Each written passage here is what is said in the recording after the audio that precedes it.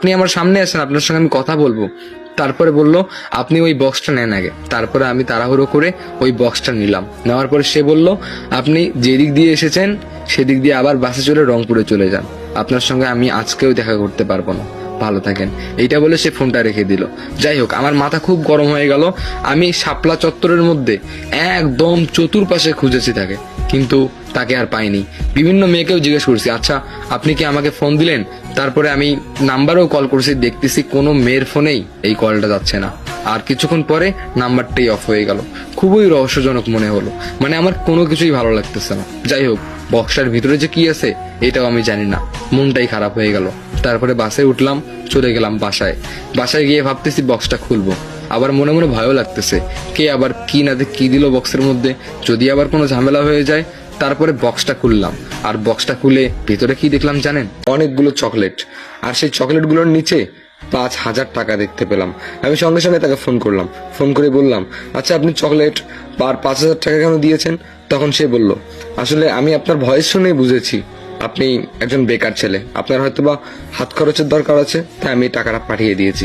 আমি বললাম, আজব তো, আমি চেয়েছিলাম যে আপনার সঙ্গে আমি দেখা করব, দেখা করে আপনার সমস্ত রহস্যের বিষয়ে জানবো, কিন্তু আপনি তা না করে শুধু একটা বক্স পাঠিয়ে দিলেন, আর আপনি আমাকে দেখলেন, আমি আপনাকে দেখতে পারলাম না। বিষয়টা অনেক খারাপ লাগলো, প্লিজ আমি আপনার সঙ্গে দেখা করতে চাই। তখন সে বলল, হ্যাঁ আমি আপনার সঙ্গে দেখা করব, তবে একটা শর্ত আছে। আমি বললাম, কি শর্ত? তখন সে বলল, আমি আপনার সঙ্গে দেখা করব, জাস্ট চা খাবো, অল্প কিছু কথা বলবো, তারপরে চলে আসবো। আমি বললাম, হ্যাঁ আমি এটাই চেয়েছিলাম। তারপরে সে বলল, তাহলে চলে আসুন, 7 দিন পরে ঠিক ওই জায়গাটাই আসবেন। আমি বললাম, ঠিক আছে। যাই হোক, এই 7 দিনে তার সঙ্গে অনেক কথা হয়েছে, ফোনের মধ্যে SMS এর মাধ্যমে অনেক কথা বলেছি।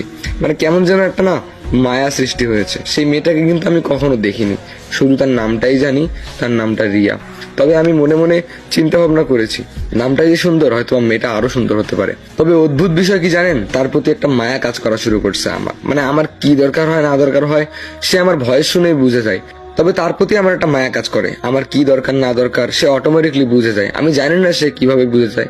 যাই হোক, আমি চুপচাপ কিন্তু সিগারেট খাইতাম। সে আমাকে একদিন ফোন দিয়ে বলল, আপনি কি সিগারেট খান? তো আমি কথাটা একটু আটকে বলছি। তখন সে বলল, হ্যাঁ আমি জানি আপনি সিগারেট খান, প্লিজ সিগারেট খাওয়াটা ছেড়ে যেতে হবে। আমি বললাম যে আচ্ছা ঠিক আছে। তারপরে চুপি চুপি সিগারেট খাইতাম।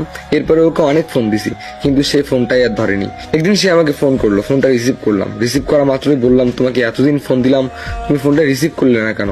তখন সে বলল যে না, আপনাকে আমি বলেছি আপনি সিগারেট ছেড়ে দিবেন, কিন্তু আপনি সিগারেটটা ছাড়েননি। আমি বললাম, আচ্ছা তুমি কিভাবে জানো যে আমি সিগারেটটা ছাড়িনি? তখন সে বলল, আমার মন জানে, তাই আমি বলেছি, আর এগুলো সব সত্যি হয়ে যায়। আমি অবাক হয়ে গেলাম, আচ্ছা তুমি যাই বলবা তাই কি সত্যি হয়ে যাবে?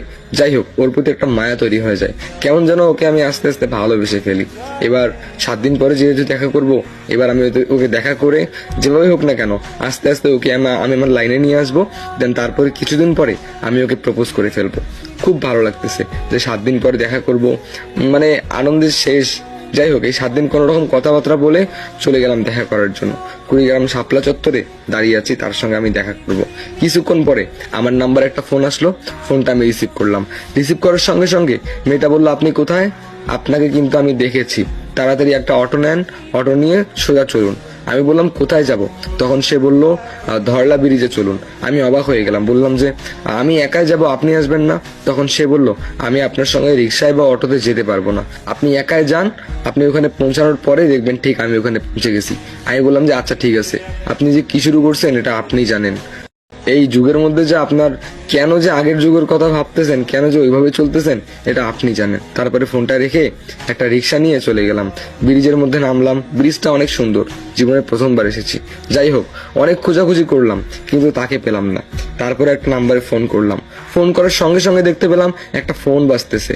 তবে ভালো করে আশেপাশে তাকিয়ে দেখলাম বোরকা পরা একটা মেয়ে দাঁড়িয়ে আছে, অনেক সুন্দর, চোখগুলো একদম মায়াবী। সে আমার দিকে তাকিয়ে আছে। আমি বললাম, তাহলে আপনি কি সেই? তখন সে বলল, হ্যাঁ আমি সেই। এরপরে আমি বললাম যে ঠিক আছে, আসুন বসি এক জায়গায়। তখন সে বলল, আপনার সঙ্গে বসতে ইচ্ছা করছে না আমার। আসলে আমি কখনো ছেলেদের সঙ্গে বসে কখনো কোনো কিছু খাইনি বা কারোর সঙ্গে ভালো করে কথাও বলিনি, সো তাই প্রথমবার তো কেমন কেমন যেন লাগতেছে।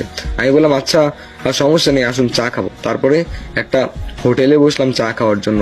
চা খেতে খেতে দুজনে অনেক গল্প করলাম, একটা মায়ায় পড়ে গেছি তার উপর। যাই হোক, আমি ওকে বলে ফেললাম, আচ্ছা আমি একটা কথা বলি আপনাকে। তখন সে বলল, বলেন। আমি বললাম যে, শুনেন, আপনার কাহিনীগুলো না শুরু থেকেই খুব রহস্যজনক।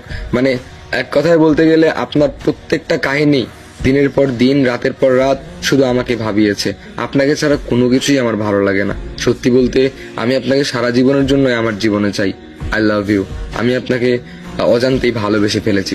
সঙ্গে সঙ্গে মেয়েটা চেয়ার থেকে উঠে গেল। চেয়ার থেকে উঠে আমাকে বলল, আপনি কিন্তু কাজটা ঠিক করলেন না। তারপরে সে যেতে ধরলো। এরপর আমি তাড়াহুড়ো করে তাকে গিয়ে বললাম, আই এম সরি, আমার ভুল হয়েছে, প্লিজ তুমি এইভাবে যেও না।